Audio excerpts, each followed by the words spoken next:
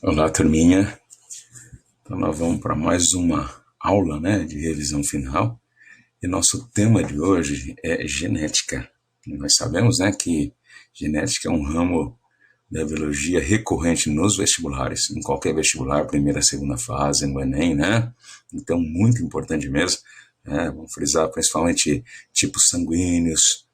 Tipo sanguíneo não pode faltar em nenhum vestibular, certo? Tá? Mas não é a única matéria de genética cobrada, não, certo? Tanto é que nós vamos fazer essa revisão de genética em duas etapas, certo? Então, essa primeira etapa agora, tá? Nós vamos fazer uma abordagem e depois nós vamos fazer, né, para não acumular muita coisa, tá certo? Então, nossa revisão hoje é genética. E nós vamos começar com uma questão de análise de heredogramas, né? E hoje nós não vamos começar com o Enem, não, vamos começar uma questão da FUVEST. Tá? Então, essa questão 2 da página 141. Deixa eu dar uma ampliada aqui, né? Fica mais fácil de visualizar, né?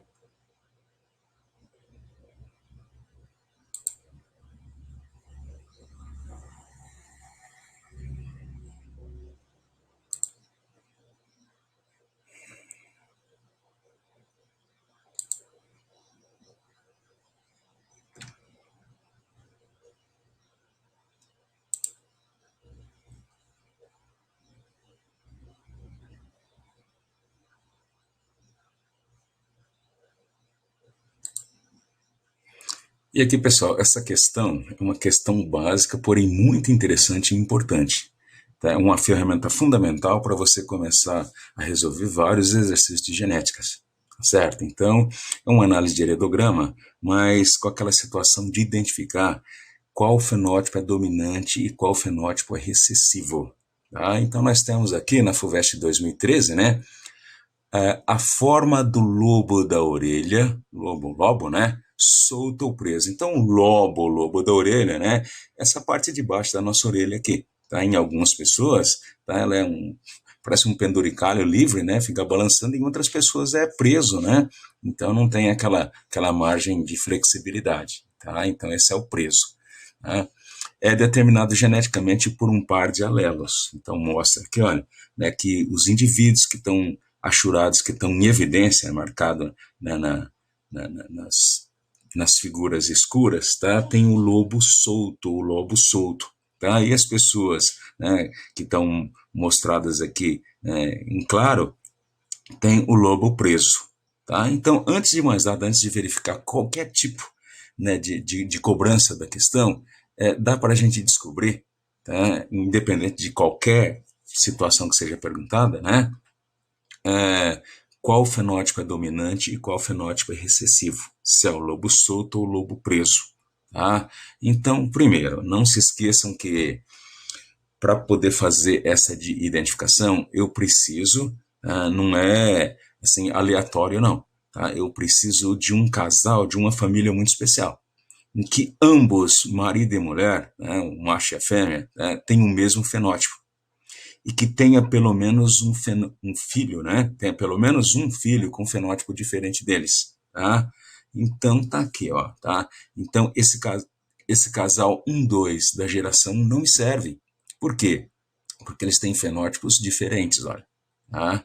Esse casal 1, 2 da geração 2 também não me serve. Por quê? Porque eles também têm fenótipos diferentes. Tá? Então vamos analisar esse casal 4, 5 da geração 2. Então, eles têm o mesmo fenótipo. 4 e 5, ó, tem o lobo solto, tá? E tem pelo menos um filho diferente deles. Na realidade, são 3 aqui, né? Então, esse casal é ideal para a gente fazer essa descoberta. Então, olha só, encontrando esse tipo de casal, você sabe que o fenótipo dos pais é dominante. E ou esses filhos diferentes deles têm um fenótipo recessivo. E a explicação é muito simples. Tá? Então, se o fenótipo, de 4 e 5 fosse recessivo, tá? Eles não poderiam ter filhos diferentes deles. Então, isso mostra, se eles têm filhos diferentes, tá? Então os filhos diferentes são portadores, né, são afetados pelo fenótipo recessivo, e eles têm o fenótipo dominante. E, consequentemente, eles são heterozigotos. Certo? Então, é sempre assim, tá? Encontrou um casal nessas condições aqui, você olha e já deduz, tá? O fenótipo do casal, né, que tem o mesmo fenótipo, tá? É dominante, e esse ou esses filhos diferentes têm fenótipo recessivo, certo? Então, esse casal 4-5 da geração 2, bem como seus filhos, tá? Nos permite identificar o lobo solto da orelha, tá? Como fenótipo dominante. Então, obviamente, né, o lobo preso é o fenótipo recessivo, tá certo? Então, vamos ver o que é que o exercício está pedindo. O heredograma mostra que a característica lobo da orelha solto não pode ter herança autossômica recessiva. A gente descobriu que o lobo solto é dominante, né? Tá? O casal 1-1 e 1-2 tem um filho e uma filha com lobos da orelha solto. Então, olha, tá? Então, a alternativa A, tá? Não se esqueçam que você está procurando, né? O que não pode ser, certo? Então, autossômica recessiva. Realmente não pode ser autossômica recessiva. Tá? Até aqui a alternativa tem razão, né? Mas olha, vamos ver a justificativa. Porque o casal 1-1 e 1-2 tem um filho e uma filha com lobos das orelhas soltos. Tá? Então, se você vir aqui, ó, tá? Isso não é consistente, né? Isso não mostra nada, olha. Tá? Então, lembra, esse casal 1-2, ele não obedece, né? Ele não satisfaz aquela condição necessária para que a gente possa descobrir, né, se o fenótipo é dominante ou recessivo, tá certo? Então, aqui não é conclusivo, não se esqueçam disso, tá? Bom, vamos ver a alternativa B. Autossômica recessiva, tá aí tudo bem, porque o casal 2-4 e 2-5, esse casal, ó, 2-4 e 2-5, né? Tá? Tem uma filha e 2 filhos com lobos das orelhas presos. É isso aqui. Tá? Então, exatamente essa justificativa. Então, esse casal permite, né, chegar à conclusão que o lobo solto não é recessivo, é dominante, olha, tá?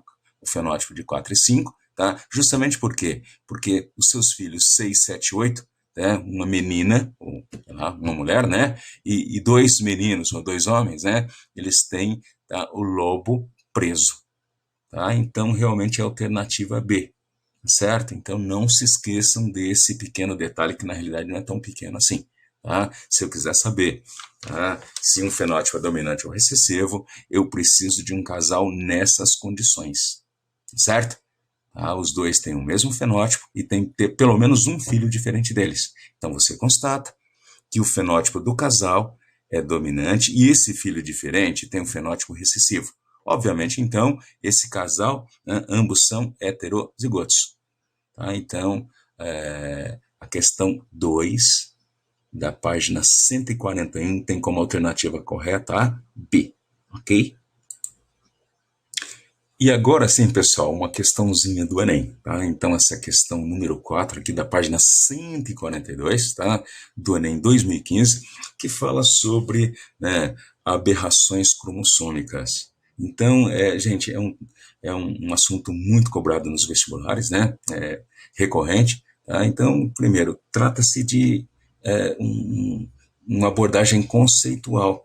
Né? Quais são os tipos de aberrações cromossômicas? Então, tá? Aberrações ou mutações cromossômicas, tá? Elas podem aparecer em 3 níveis. Tá? De imediato, vamos dividir em 2 níveis, tá? Os numéricos, né, e os estruturais. Então, as aberrações estruturais são aquelas que alteram a estrutura do cromossomo, a sequência de genes no cromossomo. Tá? Ou aumenta, né? Duplica uma sequência, perde uma sequência, inverte uma sequência. Sabe aquelas aberrações cromossômicas estruturais? Ela pode ser do tipo deleção, tá? Ou deficiência, pode ser do tipo duplicação. Estão lembrados disso? Tá? E pode ser do tipo inversão. Tá? Então, mexeu na estrutura do cromossomo, tá? Não altera a quantidade de cromossomos, mas altera a estrutura do material genético. Então, são aberrações cromossômicas estruturais. Tá? Já as aberrações cromossômicas também podem estar relacionadas com uma falha no número de cromossomos. Então, na genética, a gente sabe, né, que a quantidade também interfere. Tem que haver precisão, né, em termos de quantidade, tá, de genes e, consequentemente, de cromossomos. Certo? Então, as aberrações cromossômicas ditas numéricas, elas podem ser de dois tipos. Tem as aberrações cromossômicas numéricas, né, que elas são mais amplas, né, elas mexem com a quantidade de genomas. Lembra N, o conjunto de cromossomos N, genoma.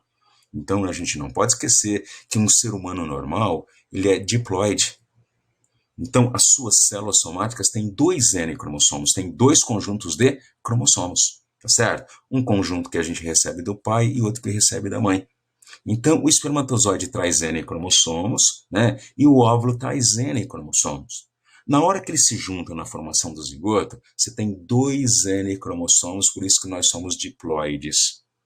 Então, para um ser humano normal, né, o normal mesmo é a diploidia, ele ser 2N.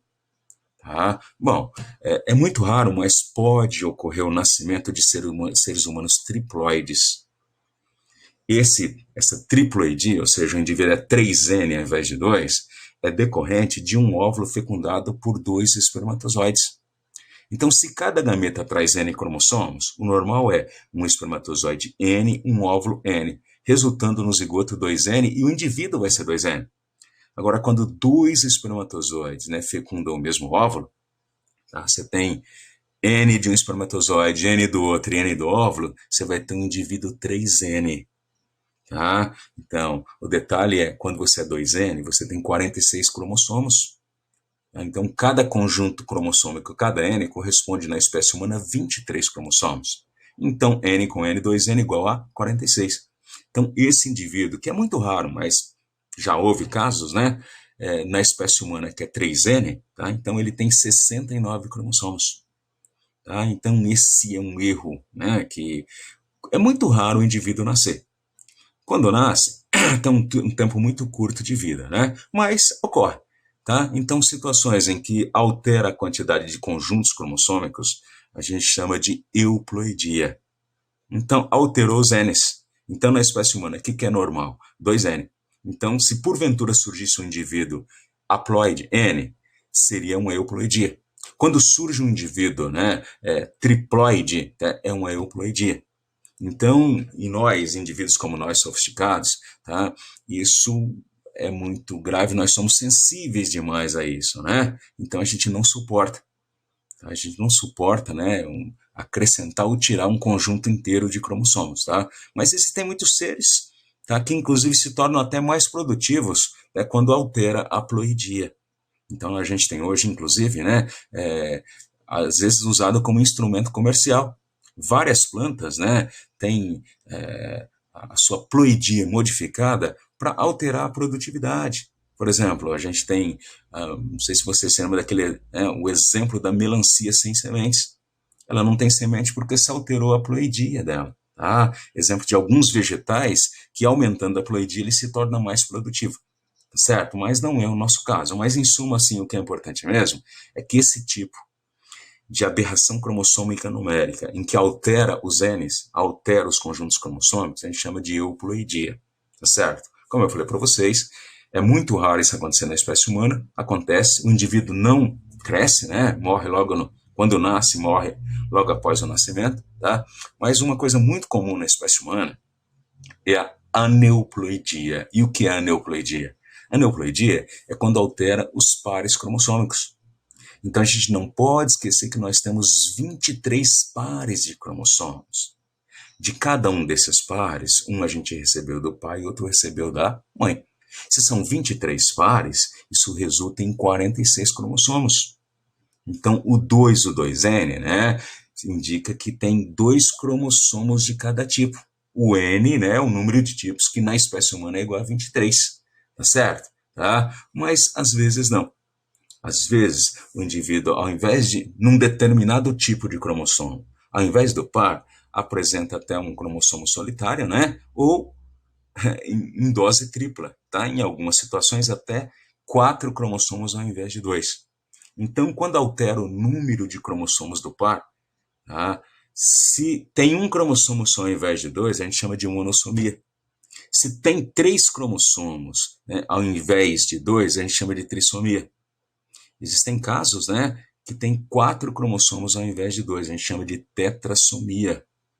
Tá? Então, a síndrome de Down, por exemplo, tá? É, né, uma situação dessas. É a trissomia do 21, certo? Então a gente chama isso de aneuploidia. Alterou a quantidade de genes, é euploidia. Se altera o número de cromossomos do par, a gente chama de aneuploidia, tá certo? Bom, então vamos ver, né, o que é que está querendo aqui. Então, a cariotipagem é um método que analisa as células de um indivíduo para determinar seu padrão cromossômico. Então, produzir o cariótipo do indivíduo, tá, é algo assim legal, principalmente quem vai fazer biológicas, né?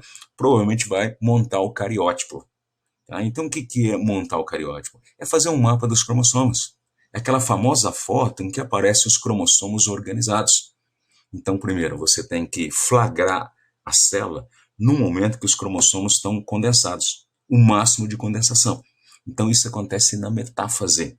Lá na metáfase, né, é quando seus cromossomos estão mais visíveis. Então, você tira uma foto, obviamente nessa foto, né, usando um microscópio e tal, né, e acoplado a uma câmera, vai sair uma muvuca, né? Aquele monte de cromossomos misturados.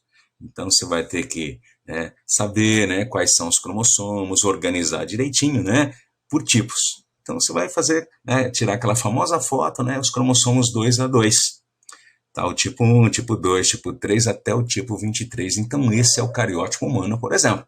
Cada espécie tem o seu cariótipo, tá certo? Então esse é o cariótipo. Tá? Então a análise do cariótipo permite ver se há algum problema, né, cromossômico numérico. Se está faltando, né, ou se está sobrando algum cromossomo. Se está aquém ou além dos 46. Tá? Inclusive, isso já é possível, né, ser feito já há algum tempo, né, com a criança ainda no útero da mãe. A famosa amniocentese.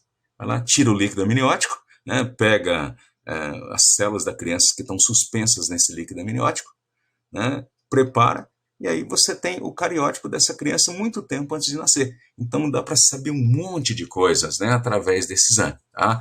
Então essa técnica consiste na montagem fotográfica, em sequência, dos pares de cromossomos e permite identificar um indivíduo normal. Então o que é um indivíduo normal? É aquele indivíduo que tem 46 cromossomos. Tá? Então são 23 pares, e a gente não pode esquecer que o 23º par é responsável pela determinação do sexo.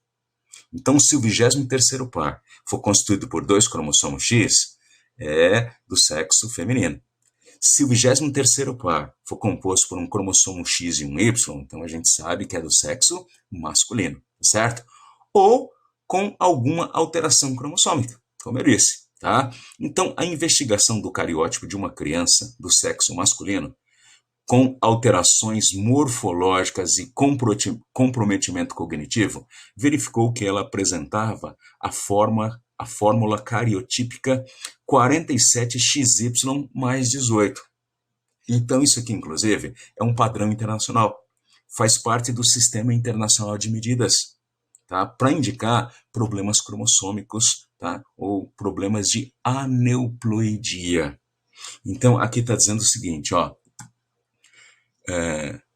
o indivíduo tem 47 cromossomos. Já mostra que é anormal, por quê? Porque deveria ser 46. XY está dizendo aqui, primeiro, tá, que é um indivíduo do sexo masculino e que o problema, o cromossomo a mais, não ocorre nos cromossomos sexuais, ó, porque, né, tá aqui o X e o Y. Então, se tem o par normal. Tá? Então, onde é que tem esse cromossomo a mais? Então, depois da vírgula aqui, aparece, olha, tem o cromossomo 18 a mais. Então, o indivíduo do sexo masculino, que tem 47 cromossomos, e o 18 está em trissomia. Tá? Então, é muito importante identificar, né, a anomalia. Tá? Então, essa aqui, por exemplo, é a síndrome de Edwards, ou trissomia do cromossomo 18. A gente tem, por exemplo, né, isso aqui poderia ser XX, poderia ser uma mulher. certo? Tem também, tá, a trissomia do 13, síndrome de Patot. Então seria 47, XX ou XY, né? Dependendo do sexo, mais 13. E tem o clássico, né? Que é a síndrome de Down. Então ela seria identificada como 47, XY se fosse um menino, né? XX se fosse uma mulher, e seria o mais 21, tá certo? Tá? Então essas são aneuploidias, tá? Autossômicas, que ocorrem em cromossomos autossômicos não sexuais. Então, quando aparece a trissomia do cromossomo sexual, tá, aí não aparece esse mais aqui, né, no caso, o mais 18, né, não aparece esse número. Por quê? Já vai ser mostrado aqui, ó. Então, por exemplo, se fosse a síndrome de Klinefelter, seria 47,XXY. Então, mostra que o problema, né, é no par sexual, que apresenta, na realidade, um trio. Tá? Então, o que nós temos aqui? Tá? Ele está pedindo, ó, a alteração cromossômica da criança pode ser classificada como? Então, aqui nós temos, né, uma aneuploidia, ou seja, é uma aberração cromossômica do tipo numérica, né, mas que pode ser de dois tipos. Euploidia, quando altera os genes, né, o aneuploidia, quando mexe nos pares. Então, a nossa resposta correta está na alternativa E. É uma aberração cromossômica do tipo numérica, né? Ela é numérica, altera o número de cromossomos e é caracterizada como aneuploidia. Então, isso não é preciosismo, é muito importante que a gente guarde, porque ó, é uma questão do Enem. E recente, 2015 é recente, tá certo? Então, essa questão número 4, da página 142, tem como alternativa correta a E. Ok? Bom, e a gente vai dar uma abordada agora numa questão da Unesp. Então, essa questão número 10, da página 142, da Unesp 2014, ela fala sobre tipos sanguíneos. Então, a gente não pode esquecer que tipos sanguíneos é um assunto recorrente, tá? Da genética, das cobranças que acontecem em genética, né? É o que aparece mais, tá? E aqui a gente tem uma situação muito interessante. Parece que é uma questão difícil, parece que é uma questão complicada, mas não é não. Inclusive, por isso que eu escolhi para a gente fazer a correção, certo? Então, tem, sabe, aquelas coisas, aquelas situações que você mata o exercício? Então, aqui tem, tá? Se você não tiver esse truque na manga, você vai ficar aqui meio enroladaço e vai ter muitas dúvidas, nem sei se conseguiria resolver o exercício, tá? Mas sabendo de uns macetes, né? Então, dois casais, casal Rocha e o casal Silva, tem cada um deles 4 filhos, certo? Então começa com o número de indivíduos, né? Dois casais são 8 indivíduos. Quando consideramos os tipos sanguíneos do sistema ABO, os filhos do casal Rocha possuem tipos diferentes entre si. Então são 4 filhos e os 4 têm sangues diferentes entre si. Por incrível que pareça, aqui a gente já mata a questão, certo? E por quê? Porque para você ter filhos com 4 tipos sanguíneos diferentes, só tem uma condição: que o pai seja a mãe B, ou vice-versa. Que um dos componentes do casal tenha sangue A e o outro tenha sangue B. E que eles sejam heterozigotos. Então, um seja isão A izinho e o outro isão B izinho. É ruim aqui, não tem aquela tela que o professor de matemática tem, aquela mesa, né, para fazer os cálculos, mas dá para entender, sabe por quê? Cruza aí, a hora que você colocar isão A izinho e isão B izinho, é o único cruzamento que vai resultar 4 tipos sanguíneos diferentes. Então você vai ter uma criança isão A isão B, você vai ter uma criança isão A izinho, você vai ter uma criança isão B izinho e uma criança izinho. Então, é o único cruzamento que resulta nos 4 tipos sanguíneos diferentes, tá certo? Não se esqueça desse detalhe, isso já mata, né, o exercício, tá certo? Então, o casal que tem os filhos com 4 tipos sanguíneos diferentes, certeza que um deles é isão A izinho, né, de sangue A, e o outro, né, é isão B izinho. Então, uma das crianças tem sangue AB, a outra criança tem sangue A, a outra criança tem sangue B e a outra criança tem sangue O. É a única situação, Tá? Então, isso já mata o exercício, por quê? Tá? Então, tá falando, olha, tá? No casal Rocha, né, eles possuem tipos diferentes entre si, assim como os filhos do casal Silva. Então, os dois têm filhos com tipos sanguíneos diferentes, os dois casais. Em um dos casais, marido e mulher têm tipos sanguíneos diferentes. Aquilo que eu falei para vocês, um é A, o outro é B. Enquanto que no outro casal, marido e mulher têm o mesmo tipo sanguíneo.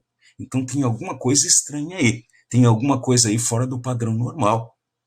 Porque quando pai e mãe têm o mesmo tipo sanguíneo, não é possível ter os filhos, né, com 4 tipos sanguíneos diferentes. Então, aqui a gente já mata o exercício. Tá? Então, ó, vamos ver quem é quem, né? Eles não falam exatamente qual dos casais, né? Tá? Mas aqueles, né, que têm tipos sanguíneos diferentes podem ter os 4 filhos com sangue realmente diferentes, certo? Agora, esses que têm, né, o casal que tem o mesmo tipo sanguíneo os dois, tá? Tem alguma coisa diferente aí, tá certo? Então, aqui, ó, um dos casais tem um filho adotivo, enquanto que no outro casal os 4 filhos são legítimos. Bom, um dos casais teve um par de gêmeos, enquanto que no outro casal os 4 filhos têm idades diferentes. Isso é questão de extrator. Isso não vai interferir em nada porque, bom, os gêmeos, tá? Existem 2 tipos de gêmeos. Tem os gêmeos idênticos, que realmente têm o mesmo tipo sanguíneo, né, e tudo em termos genéticos, mas tem os gêmeos que são fraternos. E a gente conta como irmãos que nasceram em épocas diferentes. Então isso não faz a menor diferença, tá certo? Tá? Agora, olha, então tá aqui, né? Então, enquanto que no. Então, esse casal que tem um filho adotivo aqui, a gente pode inclusive já relacionar aquele casal em que os dois têm o mesmo tipo sanguíneo. Então, se o casal os dois têm o mesmo tipo sanguíneo e tem 4 filhos com tipos sanguíneos diferentes, certeza que um deles, né, não é filho legítimo, tá? Então, é isso, gente. Vocês notaram? É esse truque. Esse truque, né, parece um exercício complexo, né? Tem que tomar cuidado com esse distrator aqui, ó. Esse negócio de gêmeos aqui que não interferem em nada, né? Então, depois de tudo isso, né, considerando-se, né, os tipos sanguíneos do sistema BO, é correto afirmar que se o casal Silva tem o mesmo tipo sanguíneo, tá, foram eles que adotaram um dos filhos e é verdade. Né? Então a gente conclui isso aqui em cima, vocês notaram? Tá? Então é muito precioso isso.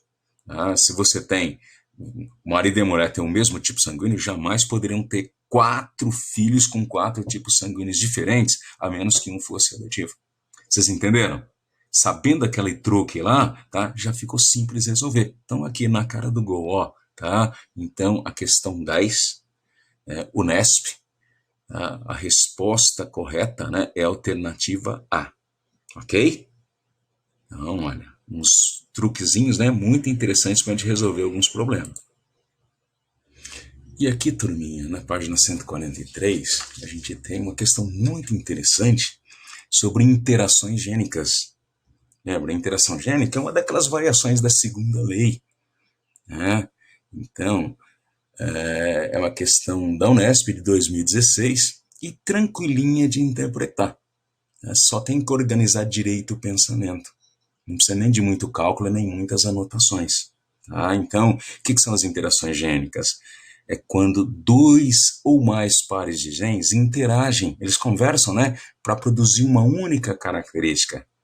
Então, a segunda lei de Mendel, né, aquelas situações previstas pelo Mendel, é tipo assim, se você está trabalhando com 2 pares de genes, você está analisando 2 características. Se são 3 pares de genes, 3 características. Né? Então, isso está de acordo com a previsão do Mendel. Mas depois os cientistas descobriram que nem sempre é assim. Às vezes você tem 2 e até mais pares de genes, tá, para produzir uma característica só. Tá? Interagem, né, para produzir uma única característica. Então, esse exemplo aqui. Tá? Então, na cobra do milharal, os alelos A e B, tá, regulam a coloração da pele. Então, você tem 2 pares de genes. o par A e o par B, para produzir uma única característica, que é a pigmentação da pele dessa cobra do milharal, certo?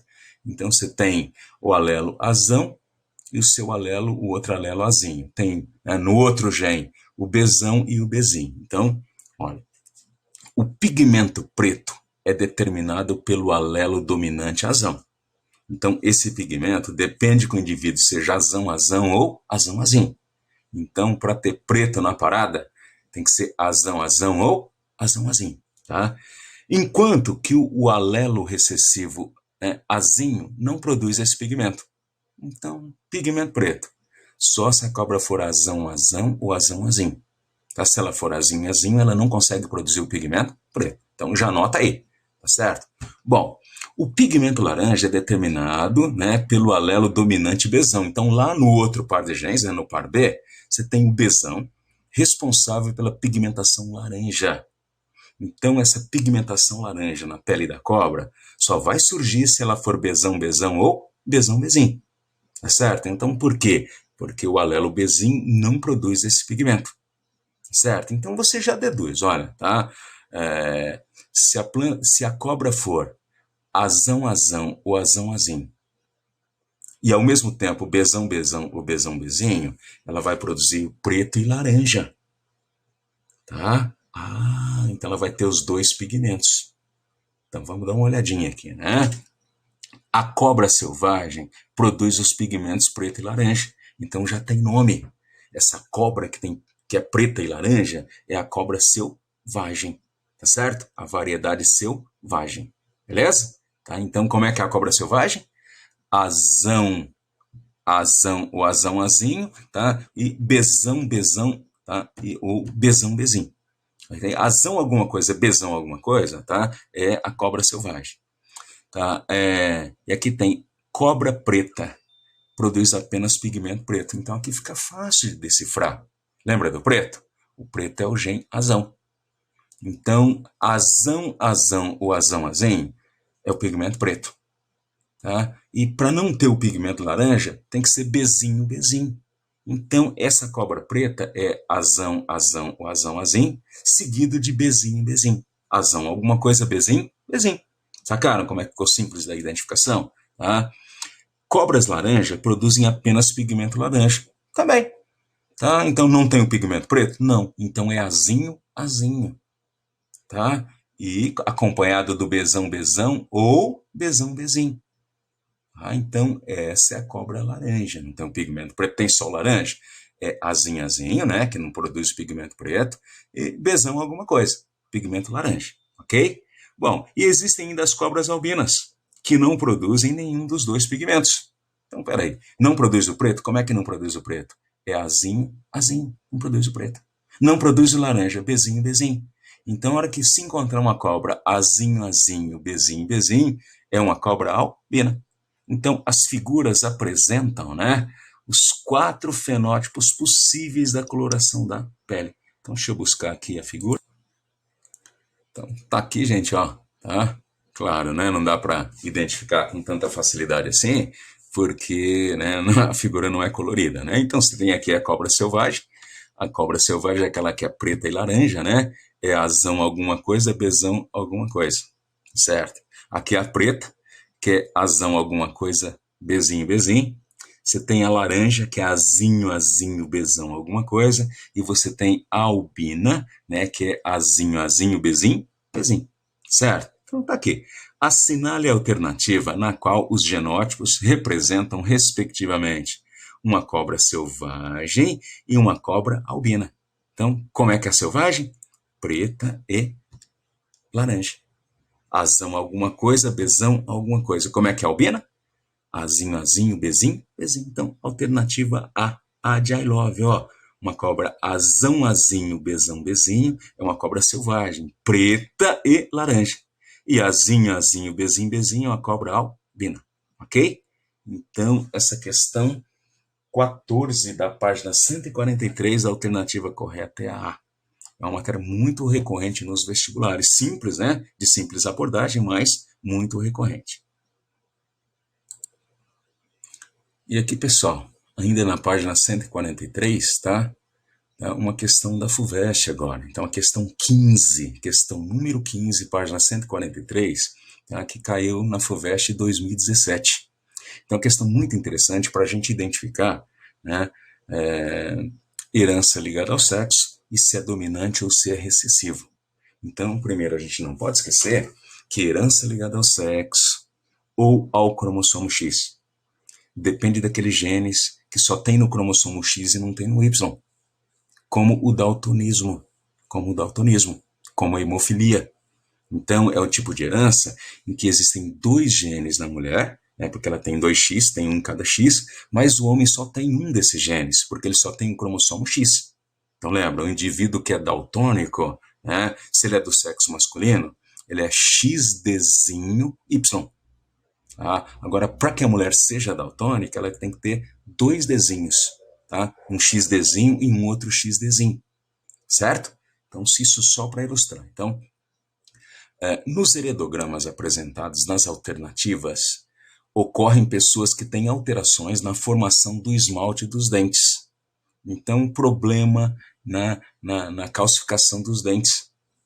Tá? Então, problema na formação do esmalte dos dentes. Então, as pessoas que estão representadas em escuro estão rachuradas, né?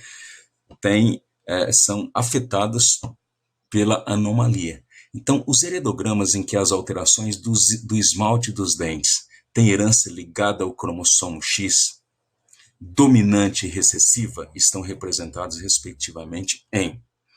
Bom, então, se é ligado ao X e é dominante, tá? O homem, imagina só, o homem, ele tem um X só, então ele tem que ter o X com esse gene dominante. Só que esse X com o gene dominante, ele passa para todas as filhas. Na realidade, né, seria o contrário à abordagem, né? Então, o X que o homem tem, ele passa para suas filhas. Se no X dele tem um gene recessivo, pode ser que ele não se manifeste, né? Depende do X que vem da mãe.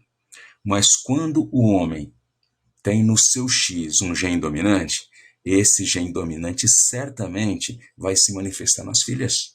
Só nas filhas. Por quê? Porque o homem não passa cromossomo X para os meninos. Ele passa, né, o Y para os meninos e o X do menino vem de onde? Vem da mãe. Não se esqueçam desse detalhe. Tá? Então, a mulher tem 2X. Um X vem do pai e outro vem da mãe. O X e o Y que tem no menino, o X vem da mãe e o Y vem do pai. Então, se o pai, porventura, né, tiver uma anomalia dominante do cromossomo X, você vai saber porque todas as suas filhas serão afetadas, certo? Agora, quando essa anomalia é recessiva, a gente tem geralmente, né, aquela situação em que tanto o marido quanto a mulher não apresentam anomalia, tá? Mas ela vai aparecer onde? Vai aparecer em meninos. Então, a mulher pode ser só portadora, pode ser que ela não seja afetada, ela é heterozigota, né? Se a anomalia for recessiva, então onde isso vai aparecer? Isso vai aparecer em meninos, sacou? Então vamos dar uma olhadinha, ó, tá? Porque tá aqui na nossa alternativa B. Então olha o que eu falei para vocês, ó, o pai tem um problema. Se ele é dominante, então ele está falando, ó, respectivamente, se é dominante, se o pai tem essa anomalia dominante no seu X, esse X com esse gene dominante vai aparecer em todas as meninas. Então, ó, isso aqui mostra, né, uma situação, né, pode ser outra coisa, né, mas se você quiser ilustrar uma situação de anomalia dominante, né, ligada ao sexo, está aqui, ó, certo? E aqui, ó, se ela for recessiva, lembra do daltonismo. Pai e mãe que são normais podem ter crianças daltônicas, mas não é qualquer criança. Tá? Esse daltonismo vai aparecer onde? Tá? Se ele, como é recessivo, né, vai aparecer em meninos. Então você tem o pai normal, a mãe normal, só que a mãe heterozigota é portadora do alelo, né, recessivo, responsável pela anomalia. Tá? Então, a alternativa D ilustra a situação proposta, tá? Que essa característica, né, essa anomalia, tá? Se ela for dominante ligada ao sexo, qual é o heredograma que mostraria isso? Esse primeiro heredograma. Se ela for recessiva ligada ao sexo, então eu teria representado nesse segundo grama, certo? Então, alternativa D. Nossa questão 15, né? Resposta correta, alternativa D. Ok? E aqui, pessoal, uma questão ainda da FUVEST, só que agora é 2018, né? A questão 18 da FUVEST 2018, tá? Então, essa questão traz um assunto, né, que está, principalmente nos últimos vestibulares, ele tem sido muito abordado. É a questão da herança mitocondrial. Tá? Então, a herança mitocondrial, a gente não pode esquecer que ela é exclusivamente materna. Então, a gente sabe que a organela, né, de acordo com a teoria da endossimbiose, né, a mitocôndria provavelmente foi um micróbio, uma bactéria aeróbia de vida independente. E que em algum momento da história da vida, né, se associou à célula, né, e acabou se convertendo num organelo. Tá? Então, todas as nossas mitocôndrias, elas são provenientes das mitocôndrias do óvulo. Então, é uma herança exclusivamente materna, e como a gente sabe que a mitocôndria é uma organela que tem DNA, que tem genes, então essa genética é herdada exclusivamente da mãe. Não se esqueçam disso. Tá? O que é só a sua mãe pode te dar? Algumas coisas, né? Mas principalmente, né, a mitocôndria e o DNA mitocondrial. Inclusive, os cientistas descobriram nos últimos tempos que algumas doenças, né, podem ter influência, podem ter herança mitocondrial, genes mitocondriais defeituosos, certo?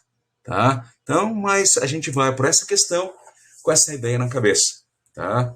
Qualquer coisa de herança relacionada à mitocôndria, DNA mitocondrial, vem exclusivamente da mãe. Então, a mãe passa as suas mitocôndrias e esse DNA mitocondrial para todos os filhos, meninos ou meninas, tá certo? Então, o DNA mitocondrial do pai, as mitocôndrias do pai, tá?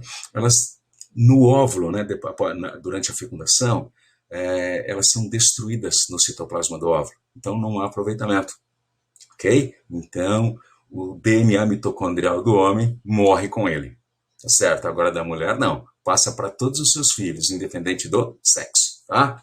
Então, vamos lá. Com esse pensamento na cabeça, né? A surdez é geneticamente heterogênea. Quer dizer, tem várias fontes, né? Pode ser causada por mutações em diferentes genes, localizados nos autossomos, né, os cromossomos não sexuais, no cromossomo X, né, cromossomo sexual, ou ainda por mutações em genes mitocondriais. Tá?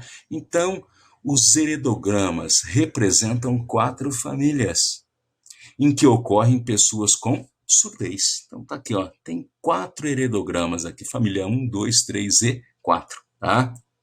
Bom, a família em que o padrão de herança permite afastar a possibilidade de que a surdez tenha herança mitocondrial é apenas. Então você deve procurar aqui que família? Aquela que o pai é surdo e as crianças também. Que a mãe não é surda. Se a mãe não é surda e as crianças são surdas, significa, né, que essa herança não é mitocondrial. Ok? Então nós temos aqui, ó, dá uma olhada aqui, ó, nessa família 1. A mãe é normal, crianças normais. Não consigo concluir nada. Na família 2, né? Olha, tá? A mãe tem a surdez e as crianças também. Pode ser. Aqui confirmaria, mas não se esqueça que eu estou procurando o heredograma que afasta essa possibilidade. Tá? Então, essa família 4, olha, também não consigo concluir, porque todo mundo aqui é surdo, tá certo? Tá? Mas a família 3 me mostra isso. A mãe é surda, tá? E se fosse herança mitocondrial, todas as crianças deveriam ser surdas, e não são. Então, essa família 3 afasta a possibilidade de esse exemplo de, né, surdez ter herança mitocondrial. Tá? Então, a família 3 afasta essa possibilidade. Alternativa C. Então, a nossa questão 18 da FUVEST 2018, veja uma cobrança, é recente, tá certo? Tá? Então, a única família aqui que deixa bem claro, tá, que esse exemplo de surdez não é de herança mitocondrial é a família 3. Então, alternativa C. Ok? E aqui, gente, olha, uma questão simplesinha, né? Mas que a gente aborda um outro assunto, um assunto um pouco diferente, né? Que é herança sem dominância. Tá? Então, a questão 25 da Unicamp 2015. Então, uma cobrança relativamente recente, né? da Unicamp 2005, abordando herança sem dominância. Então a gente não pode esquecer que a herança sem dominância foi uma situação não prevista pelo Mendel. Ele achou que quando você tem, né, alelos diferentes, um deles teria ação superior ao outro.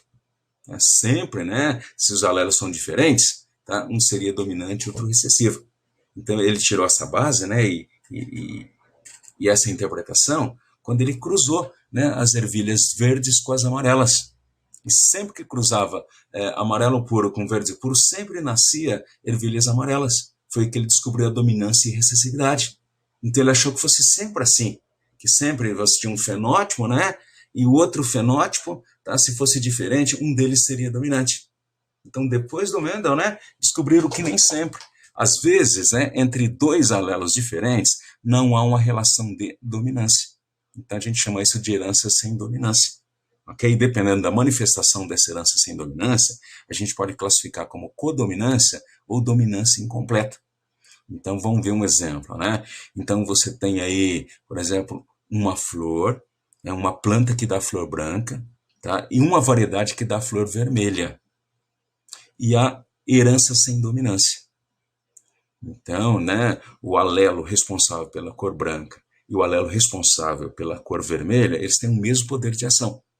Então, não tem um mais forte que o outro, não tem um mais poderoso que o outro, por isso herança sem dominância. Agora, né, quando esses dois genes são colocados frente a frente, quando eles formam um par, você pode ter resultados de duas formas diferentes. Pode ser que surja, né, uma planta descendente, né, com flores róseas, tá? Um mix, branco e vermelho, o intermediário é o rosa. Então, num resultado assim, você fala que essa herança sem dominância é do tipo dominância incompleta. Incompleta.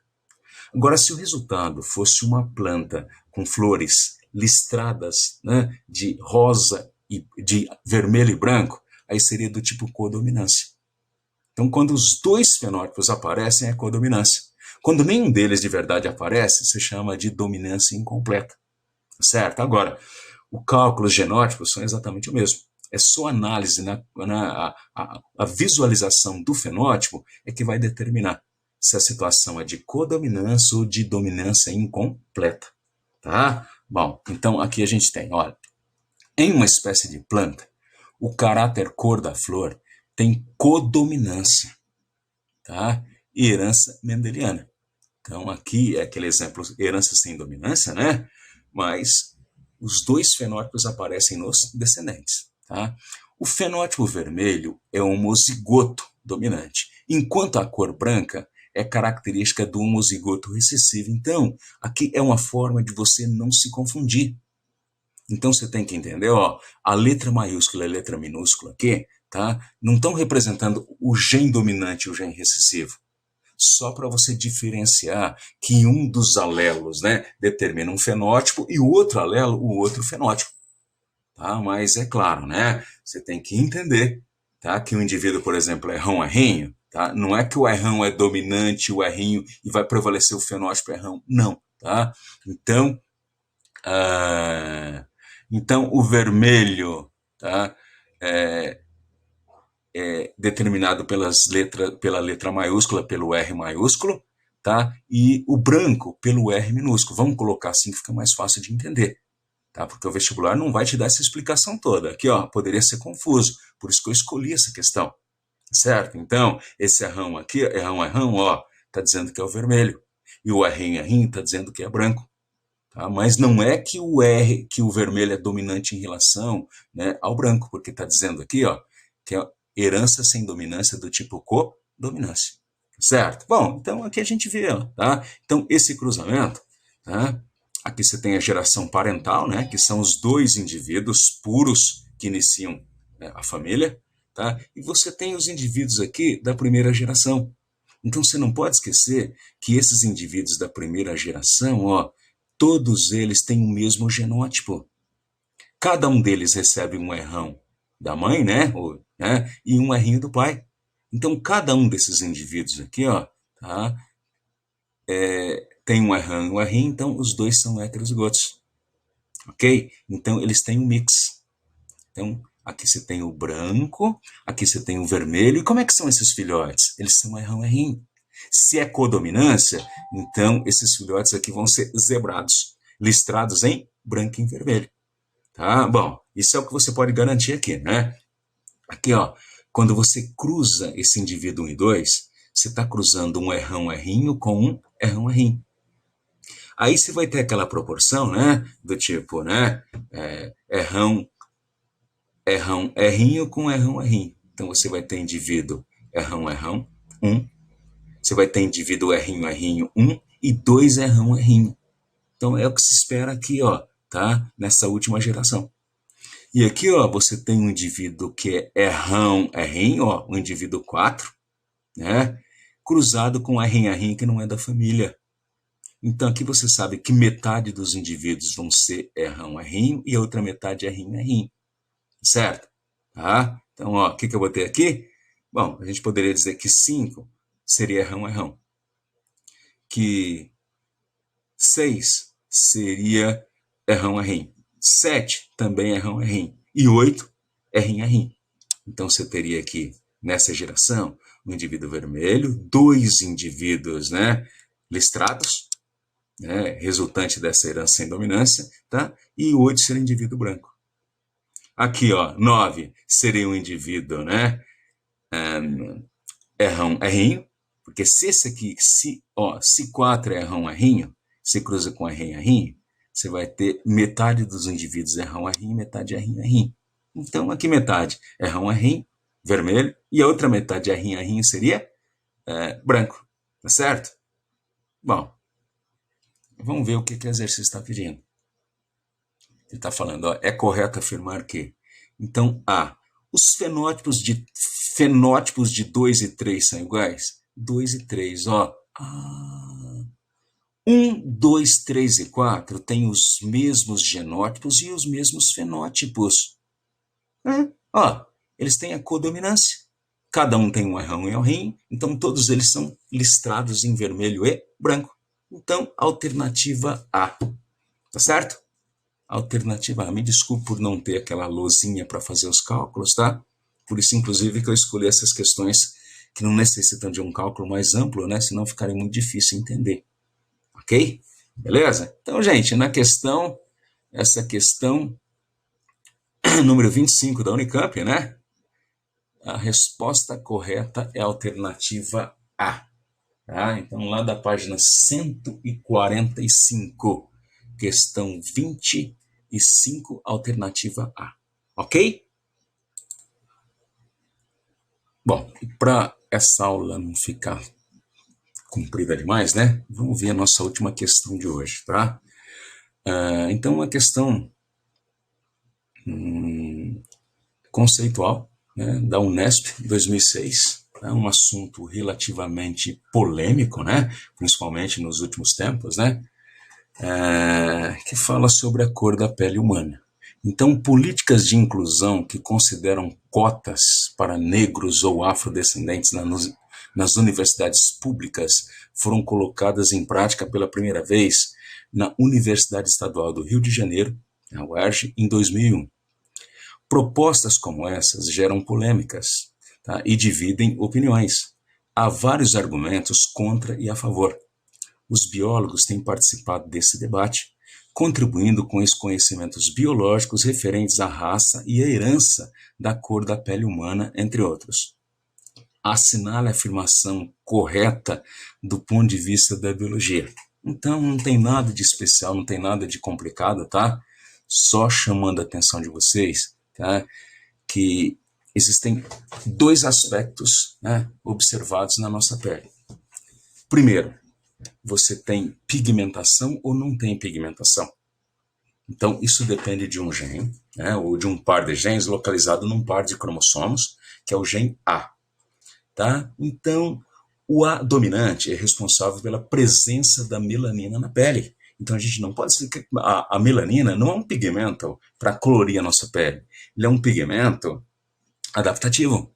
Então, a melanina protege a nossa pele da radiação ultravioleta de um comprimento excessivamente prejudicial.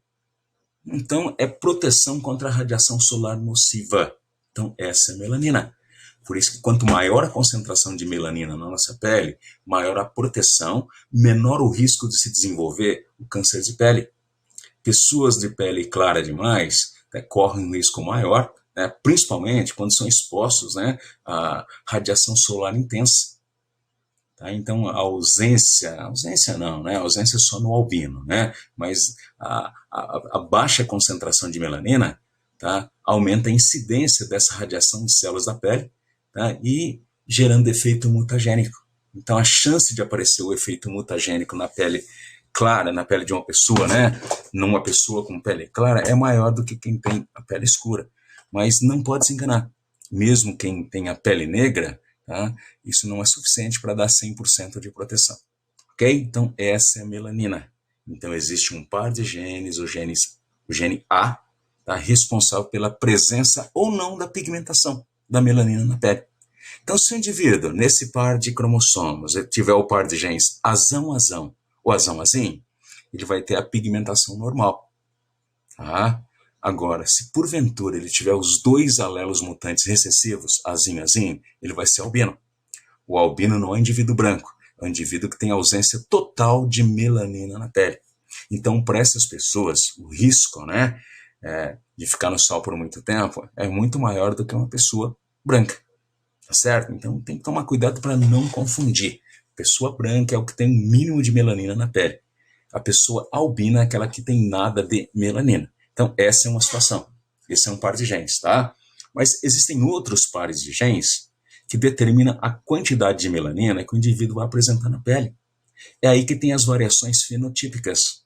Então, aquele efeito degradê, tipo assim, você tem dois extremos, e entre os fenótipos extremos, você tem fenótipos intermediários, inúmeros. Então, o famoso efeito degradê que caracteriza a herança quantitativa.